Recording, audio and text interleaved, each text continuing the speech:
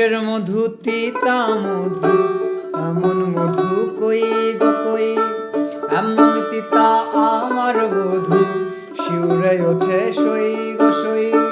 ঠোঁটের মধু তিতা মধু এমন মধু কই গো কই, এমন তিতা আমার বধূ শিউরে ওঠে সই গো সই।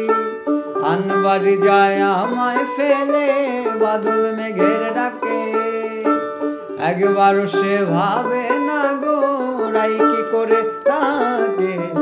কি করে রাই, কি করে রাই, কি করে রাই, কি করে।